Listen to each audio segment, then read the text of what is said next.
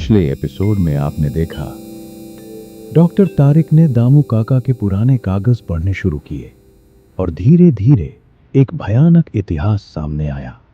1960 से वीरान पड़ी एक जमीन जहां पहले एक मुगल सूबेदार पर अघोरी करनी हुई थी, जिसके इलाज के लिए 200 साल पुराना एक रहस्यमयी सूफी फकीर रमीज वहां लाया गया था। लेकिन उस इलाज के लिए 66 नरबली की जरूरत थी और जब तक बलि पूरी ना हो रमीज की आत्मा मुक्त नहीं हो सकती।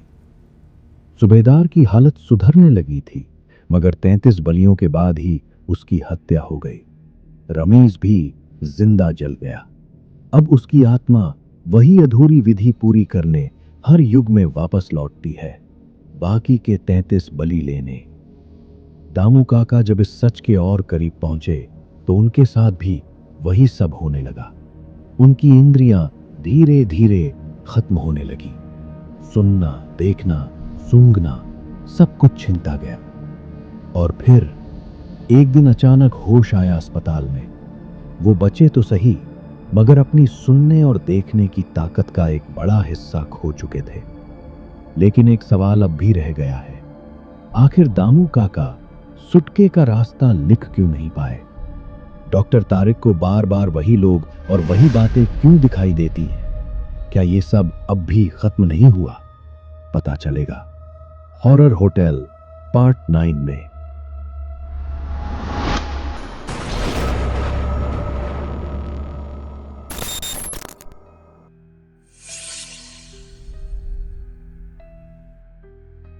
गाड़ी का दरवाजा खोलकर डॉक्टर बाहर आए। भूख से उनका हाल बेहाल था। प्यास ने गला पूरी तरह से सूखा दिया था। अब दिमाग में खाने के सिवा कोई और ख्याल नहीं था। लेकिन कहीं ना कहीं मन अभी भी इस चक्रव्यूह से बाहर निकलने की उम्मीद कर रहा था। मगर यह तब तक पूरा नहीं हो सकता था जब तक वे वहां ना जाए। वो उस जगह की ओर चल पड़े। सामने एक संकरी अंधेरी गली नजर आ रही थी। उस गली में दाखिल होकर डॉक्टर मुश्किल से 4 कदम चले होंगे कि तभी किसी के द्वारा अरबी भाषा के कुछ कभी ना सुने गए शब्द फुसफुसाने की तरह सुनाई देने लगे। डॉक्टर उस गली से आगे बढ़ते गए। पेट की भूख उन्हें वहां खींच कर ला रही थी। सामने वही इमारत दिखाई दी। खाने की खुशबू हवा में घुलकर सांसों में समा रही थी। ऐसा लग रहा था जैसे अब बस जल्दी से वहां जाकर उस खाने पर टूट पड़े। डॉक्टर प्रवेश द्वार से कैंटीन के अंदर दाखिल हुए और एक क्षण के लिए उन्हें अपनी आंखों पर विश्वास ही नहीं हुआ। कैंटीन के अंदर की व्यवस्था पूरी तरह किसी मुगल कालीन शामियाने जैसी हो गई थी। बैठने के लिए टेबल कुर्सियों की जगह मुलायम गद्दियां बिछी थी। जगह जगह पीने के पानी से भरे नक्काशीदार बर्तन रखे थे। लाइट बल्बों की जगह रोशन झूमर टंगे थे। चारों तरफ नक्काशीदार दीपक नजर आ रहे थे। टेबल की जगह अब नक्काशी की हुई धातु की छोटी छोटी मेज जैसी चीजें रखी थी। भूख अब चरम पर थी। पूरा शामियाना खाली लग रहा था। कमजोर होता शरीर किसी गद्दी पर टेक लगाकर डॉक्टर बैठ गए। कैंटीन का यह रूप देखकर उन्हें आश्चर्य हो रहा था। तभी उनके पीछे से आवाज आई, क्या लाऊं आपके लिए? हमेशा की तरह शाही थाली? डॉक्टर ने पीछे मुड़कर देखा। वही वेटर खड़ा था, लेकिन आज वह पूरी तरह मुगल कालीन पोशाक में था। डॉक्टर एक क्षण के लिए उसे देखते रह गए। फिर उन्होंने पूरे शामियाने में नजर दौड़ाई और वो डर गए। अभी अभी जो शामियाना खाली था अब पूरी तरह लोगों से भर चुका था। वहां लगभग 30 से 40 लोग तो रहे होंगे। हर किसी के कपड़े और पहनावा देखकर अंदाजा लगाया जा सकता था कि वे किस दौर के लोग थे। कई लोग धोती कुर्ता जैसे पुराने समय के कपड़े पहने हुए थे, लेकिन उनमें कुछ लोग 70 के दशक की फैशन वाले कपड़े पहने दिख रहे थे तो कुछ 90 के दशक के लिबास में। और अब बाकी जो 5 से 6 लोग थे वही थे। एक हवलदार, एक अंधा व्यक्ति, एक युवक, प्रशांत, वीणा और रोहित। ये सभी वही लोग थे जिनकी बलि यहां दी गई थी। डॉक्टर की नजर अपने सामने की ओर गई, जहां अब एक शाही थाली सजी हुई दिखाई दे रही थी। कभी ना देखे ना सुने गए व्यंजन उस सोने की थाली में परोसे गए थे। डॉक्टर ने इधर उधर नजर घुमाई। सारे लोग उन्हें एकटक देख रहे थे, स्तब्ध खड़े थे। हर किसी की थाली खाली थी। डॉक्टर ने अब फिर से अपनी नजर अपने सामने रखी थाली पर टिकाई। उन्होंने थाली में परोसे गए खाने की ओर हाथ बढ़ाना शुरू ही किया था। तभी अचानक वो रुक गए। उन कागजों पर लिखे वो टेढ़े मेढ़े अक्षर मिलकर एक शब्द बनाने लगे। वो अक्षर उनकी आंखों के सामने घूमने लगे और वो एक शब्द उनकी आंखों के सामने स्पष्ट रूप से उभर आया। वो शब्द भले ही बेहद सामान्य और रोज के इस्तेमाल में आने वाला हो, पर पूरी सनातन संस्कृति की आध्यात्मिक नींव का आधार था। वो शब्द था संयम। तो क्या अगर इस क्षण मैं अपने ऊपर काबू रखकर संयम से काम लेकर अपने सामने परोसे गए भोजन का त्याग कर दूं, तो ही मैं इस चक्रव्यूह से बाहर निकल सकता हूं? क्या यही इसका मतलब है? उन्होंने अपना हाथ वापस खींच लिया। बगल में खड़े वेटर के चेहरे से वह विकृत मुस्कान पल भर में गायब हो गई। लेकिन तभी उनका हाथ उनकी इच्छा के विरुद्ध फिर से उस थाली की ओर बढ़ने लगा, जैसे कोई अदृश्य शक्ति उनका हाथ उस भोजन की ओर ले जा रही थी। डॉक्टर ने मन मजबूत करके अपने ही हाथ की हरकत रोक दी। अगले ही क्षण व्यंजनों की सुगंध का एक तीव्र झोंका कमरे में फैलने लगा और भूख की आग और भी भड़क उठी। अब वो खुशबू उन्हें सम्मोहित करने लगी थी। उनका रुका हुआ हाथ फिर से एक कौर लेकर अपने आप उनके मुंह की ओर बढ़ने लगा और तभी उन्होंने अचानक सांस रोककर उस खुशबू के प्रवाह को तोड़ दिया और अगले ही पल उन्हें अपने हाथ और दिमाग पर फिर से नियंत्रण महसूस होने लगा। उन्होंने वह कौर वापस थाली में रख दिया और झटके से खड़े हो गए। उसी वक्त उनके सीने पर किसी चीज के काटने जैसी पीड़ा हुई। उन्होंने शर्ट हटाकर सीने की ओर देखा। सीने पर बनी 10 लकीरों में से एक लकीर अब गायब हो चुकी थी और उसकी जगह एक खरोंच की गहरी चोट थी जिसमें से खून बह रहा था। उस जख्म की पीड़ा को जैसे तैसे सहन करते हुए वे फिर से गद्दी पर बैठ गए। साहब, अरे खाइए ना, वेटर बोला। उसके चेहरे पर अब कोई भाव नहीं था। फिर एक बार अनायास ही उनका हाथ सामने की थाली की ओर बढ़ने लगा। साहब, अरे खाइए ना, वेटर अब घुरघुराते हुए अजीब सी आवाज में बोलने लगा। डॉक्टर ने फिर से संयम रखकर अपने मन, दिमाग और शरीर की हरकतों पर काबू पा लिया और हाथ को रोक दिया। शरीर और गर्दन पर काबू पाए हुए कुछ ही क्षण हुए थे कि अचानक डॉक्टर को अपनी आंखें भारी लगने लगीं, जैसे किसी ने कोई जबरदस्त बेहोशी की दवा दे दी हो और दिमाग पर से पूरी तरह नियंत्रण हट गया हो। वैसे ही एक पल में वे ढेर हो गए और बेहोश होकर गिर पड़े। अहो, आप ठीक तो हैं ना? पत्नी की आवाज कानों में पड़ी और डॉक्टर ने आंखें खोल दी। मैं यहां कैसे आया? डॉक्टर अब अपने ही बेडरूम में थे। अहो, आप एसटी स्टैंड के पास अपनी ही कार में बेहोश पड़े थे। आपके एक पेशेंट ने फोन करके बताया कि आप वहां हैं। हम लोग तड़के ही मुंबई से आए, फिर मैं और राहुल आपको वहां से लेकर आए। अब आप होश में आए हैं, डॉक्टर की पत्नी ने बताया। और ये आपके सीने पर जख्म कैसे हुए? पत्नी ने पूछा। मुझे कुछ भी याद नहीं आ रहा। मुझे बहुत भूख लगी है, डॉक्टर ने कहा। अच्छा, रुकिए, मैं खाने के लिए कुछ लाती हूं। ऐसा कहकर पत्नी वहां से चली गई। डॉक्टर को कुछ भी याद नहीं था। कैंटीन, विकास, दामू काका से हुई मुलाकात, ये सब कुछ भी याद नहीं था। जैसे रोहित से हुई पहली मुलाकात से लेकर अब तक की सारी घटनाएं किसी ने उनके दिमाग से मिटा दी हों। वो उठकर वॉश बेसिन के पास गए। शीशे में उन्होंने अपनी छाती देखी। सीने पर 10 खरोंचें थीं जिन पर ड्रेसिंग की गई थी। उन जख्मों की जलन अब भी महसूस हो रही थी। उन्होंने नल खोला और मुंह पर पानी मारा तो उन्हें थोड़ा अच्छा महसूस हुआ। सर बहुत भारी लग रहा है, जैसे कई दिनों की नींद से अभी अभी जागा हूं, डॉक्टर खुद से ही बोल रहे थे। वो दिमाग पर जोर डाल रहे थे, लेकिन उन्हें पिछले एक हफ्ते की कोई भी घटना याद नहीं आ रही थी। लेकिन कहीं ना कहीं मन में एक हल्की सी बेचैनी बनी हुई थी। तभी उनकी पत्नी नाश्ते की ट्रे लेकर आई। उस प्लेट में पोहे रखे थे, उन्हें दिख रहे थे। ट्रे पर रखा चाय का कप और उसमें की चाय भी दिख रही थी। लेकिन खाना देखकर अचानक खाने की इच्छा ही खत्म हो गई थी। उन्हें बहुत भूख लगी थी। उन्होंने प्लेट हाथ में ली, लेकिन प्लेट उठाते ही उन्हें कुछ अजीब महसूस हुआ। क्या हुआ? भूख लगी थी ना? पत्नी ने सहजता से पूछा। हाँ, खा रहा हूं, डॉक्टर ने जवाब दिया। पोहे से भरा चम्मच जब वे मुंह की ओर ले जा रहे थे, तभी उन्हें बगल में किसी के बैठने का एहसास हुआ। उन्होंने बगल में देखा और वे चौंक कर पीछे हट गए। उनके पास उनकी मां बैठी थी, हाथ में माला लिए कुछ बुदबुदा रही थी। सर को ना में हिलाते हुए बड़ी बड़ी आंखों से वो जैसे उन्हें कुछ बताने की कोशिश कर रही थी। डॉक्टर को जबरदस्त झटका लगा। क्या हुआ? पत्नी बगल में देखते हुए पूछ रही थी। कुछ नहीं, डॉक्टर ने मां की ओर देखते हुए कांपते हुए पत्नी को जवाब दिया। वे फिर से पोहे खाने ही वाले थे कि उन्होंने दोबारा अपनी मां की ओर देखा और पोहे की प्लेट नीचे रख दी। अरे, क्या हुआ? पत्नी ने पूछा। कुछ नहीं, एक काम कर, तू ये यहीं रख दे, मैं थोड़ी देर में खा लूंगा, डॉक्टर बोले। ठीक है, कहकर पत्नी वहां से उठकर बाहर चली गई। डॉक्टर ने प्लेट साइड में रख दी और फिर बगल में देखा। अब वहां कोई नहीं था। मुझे अभी यहां मां दिखी थी, लेकिन यह कैसे हो सकता है? वो तो कई साल पहले ही गुजर गई थी। यह सब क्या हो रहा है? मन में एक अजीब सी बेचैनी और डर समाने लगा। और मां का अचानक दिखाई देना। डॉक्टर खुद से सवाल करते हुए उठ खड़े हुए। तभी पत्नी फिर से कमरे में आई। अहो, कोई पार्सल आया है आपका, कुरियर वाला लेकर आया है, पत्नी बोली। अच्छा, आया, डॉक्टर बोले। वे कमरे से बाहर निकले, सीढ़ियां उतरकर नीचे आए। एक नौजवान व्यक्ति पीठ किए खड़ा था। बोलिए, डॉक्टर ने कहा। वो युवक डॉक्टर की ओर मुड़ा और ना जाने क्यों डॉक्टर को उसका चेहरा जाना पहचाना लगा। ये आपका पार्सल, उसने कहा। लेकिन मैंने तो कुछ मंगवाया ही नहीं है, डॉक्टर ने कहा। मुझे नहीं पता, मैं तो बस डिलीवरी बॉय हूं। यहां साइन कीजिए और पार्सल ले लीजिए, रोहित बोला। डॉक्टर ने पार्सल लिया, साइन की और धन्यवाद कहते ही रोहित चला गया। डॉक्टर उस छोटे से पार्सल को लेकर ऊपर कमरे में आए। उनकी पत्नी पहले से ही कमरे में बैठी थी। आपने अभी तक कुछ खाया नहीं, पत्नी ने पूछा। खा लूंगा, पहले जरा ये पार्सल देख लूं। डॉक्टर ने पार्सल खोलना शुरू किया। पत्नी कमरे से बाहर निकल गई। तभी डॉक्टर को अपने कंधे पर किसी के हाथ का स्पर्श महसूस हुआ, ठंडा सा स्पर्श। उन्होंने चौंक कर पीछे देखा और डर से उनकी रूह कांप उठी। वहीं फिर से उनकी मां खड़ी थी, सिर हिलाते हुए कुछ बड़बड़ा रही थी। हाथ में जपमाला थी और वो जैसे कह रही थी, मत खोलो ये पार्सल। लेकिन डॉक्टर ने पार्सल खोल दिया। उसमें एक खाली डिब्बा था। डॉक्टर ने उसे खोला, उसमें एक और छोटा डिब्बा था, फिर उसमें एक और। ऐसा करते करते अंत में सिर्फ एक छोटा सा बॉक्स बचा।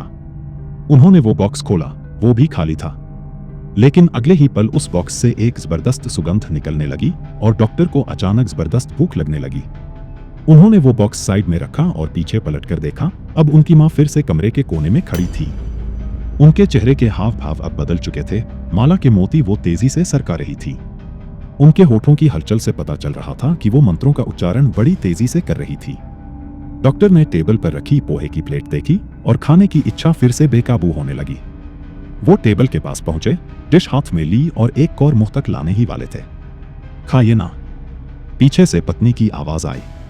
डॉक्टर चौंक गए, उनकी तंद्रा टूट गई। उन्होंने पीछे पलटकर पत्नी की ओर देखा। तू अंदर कब आई? डॉक्टर ने पूछा और पोहे की डिश वापस टेबल पर रख दी। अभी अभी आई, आपने अब तक पोहे नहीं खाए? पत्नी के चेहरे के हाव भाव अब अजीब लग रहे थे। तू ऐसे क्यों बात कर रही है? डॉक्टर ने पूछा। उन्हें उसमें कुछ अजीब सा महसूस हो रहा था। आप खा क्यों नहीं रहे? उसने सिर तिरछा करते हुए पूछा। खा रहा हूं, डॉक्टर ने जवाब दिया। आप खा क्यों नहीं रहे? अरे खाइए ना, खाइए ना, खा क्यों नहीं रहे? धीरे धीरे उसका स्त्री स्वर घुटते हुए भारी पुरुषी आवाज में बदलने लगा। साहब, खाइए ना। उन्होंने पीछे पलटकर देखा, कुछ समझ ही नहीं आ रहा था। पत्नी का ऐसा व्यवहार क्यों? कुरियर वाला अचानक कैसे आया? एक के बाद एक अजीबोगरीब घटनाएं जो किसी भी समझ से बाहर थी। अब उन्हें लगने लगा जैसे बहुत से लोग एक ही आवाज में एक ही बात दोहरा रहे हों। खाइए ना, खाइए ना, खाइए ना, खाइए ना। उनके कान सुन पड़ने लगे। हाथ फिर से खुद ब खुद उस डिश की ओर बढ़ने लगे। उन्होंने एक कौर उठाया, मुंह तक ले गए और तभी उनकी नजर कोने में खड़ी मां पर पड़ी और उन्होंने तुरंत वो डिश नीचे फेंक दी।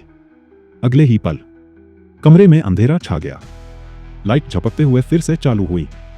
अपने चारों तरफ देखते हुए वे एकदम स्तब्ध हो गए। अब वे उसी शामियाने में थे। मतलब अभी जो कुछ उन्होंने देखा वो सब एक सपना था। यही सोच मन में पक्की हो ही रही थी कि लाइट फिर से चली गई और एक बार फिर से अंधेरा छा गया। अरे सुनिए, आपको कुछ हो रहा है क्या? पत्नी की आवाज कानों में पड़ी और वे होश में आए। वे डाइनिंग टेबल पर थे। सामने उनकी प्लेट में अधखाया खाना पड़ा था, हाथ में चम्मच था। डाइनिंग टेबल की एक कुर्सी पर बेटा बैठा था और दूसरी पर पत्नी। मैं यहां, बस इतना ही उनके मुंह से निकला। खाते खाते ऐसे शून्य में देखते रह गए, इसलिए पूछा। सब ठीक तो है ना? पत्नी बोल रही थी। मैं तो पहले ही कहती हूं इतना ऑयली मत खाया करो, लेकिन आप तो सुनते ही नहीं। डॉक्टर को जैसे फिर से सब भूल गया था। कैंटीन, वो चक्कर, सब कुछ जैसे दिमाग से मिट चुका था। सामने की आधी खाली प्लेट देखकर यह साफ था कि उन्होंने वो खाना खा लिया था। सखाराम, पानी लाना, उन्होंने नौकर को आवाज दी। आपको 4 दिन हो गए ऐसे ही चुपचाप रहते हुए, कुछ बोलते नहीं हैं। हम लोग मुंबई से आए हुए हैं, उसे भी 5 दिन हो गए। सब ठीक है ना? पत्नी ने फिर पूछा। कुछ समझ नहीं आ रहा है, सिर भारी हो गया है। कुछ याद ही नहीं आ रहा, डॉक्टर सिर पकड़ते हुए बोले। मुझे याद है कि जिस रात आप लोग मुंबई गए थे उसी रात के बाद से मुझे कुछ भी याद नहीं आ रहा है। आप लोग कब आए ये भी नहीं मालूम, पर एक बात महसूस हो रही है कि मैं किसी बहुत बड़े संकट में फंस गया था। तभी नौकर पानी लेकर आया। ग्लास टेबल पर रखते ही वो वापस चला गया। डॉक्टर ने पानी पीने के लिए ग्लास उठाया, लेकिन हाथ से हल्का सा टकराया और ग्लास नीचे गिर गया। सखाराम, पानी गिर गया है, कुछ ले आ पहुंचने को। पत्नी ने नौकर को पुकारा। तब तक डॉक्टर नीचे झुककर गिरा हुआ ग्लास उठाने लगे। जैसे ही वे उठे, वे एकदम चौंक गए, क्योंकि अब उस डाइनिंग टेबल पर ना बेटा था और ना ही पत्नी।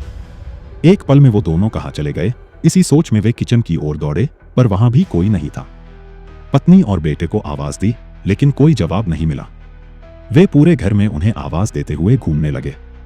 सीढ़ियां चढ़ते हुए जब वे बेडरूम के पास पहुंचे और दरवाजा खोला, तो जैसे किसी ने बिजली का झटका दिया हो, वे पीछे हट गए, क्योंकि दरवाजा खोलते ही सामने उनका बेडरूम नहीं, बल्कि शामियाने का भीतरी हिस्सा था।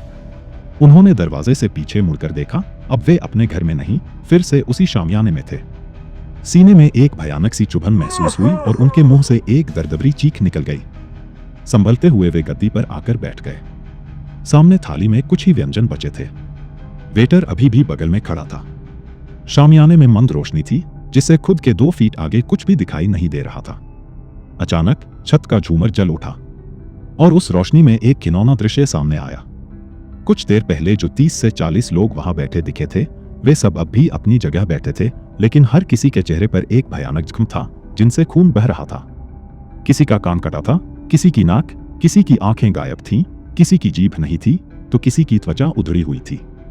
शरीर पर खून से सनी झिल्लियां दिख रही थी। कोई सिर विहीन था, किसी की उंगलियां टूटी हुई थीं, कुछ इतने कुपोषित दिख रहे थे जैसे भूख से मर रहे हों। हर कोई दर्द से कराहता दिख रहा था, लेकिन उनकी चीखें सुनाई नहीं दे रही थी। और अगले ही पल उन सभी की चीखें एक साथ उनके कानों पर आकर जैसे बरस पड़ी।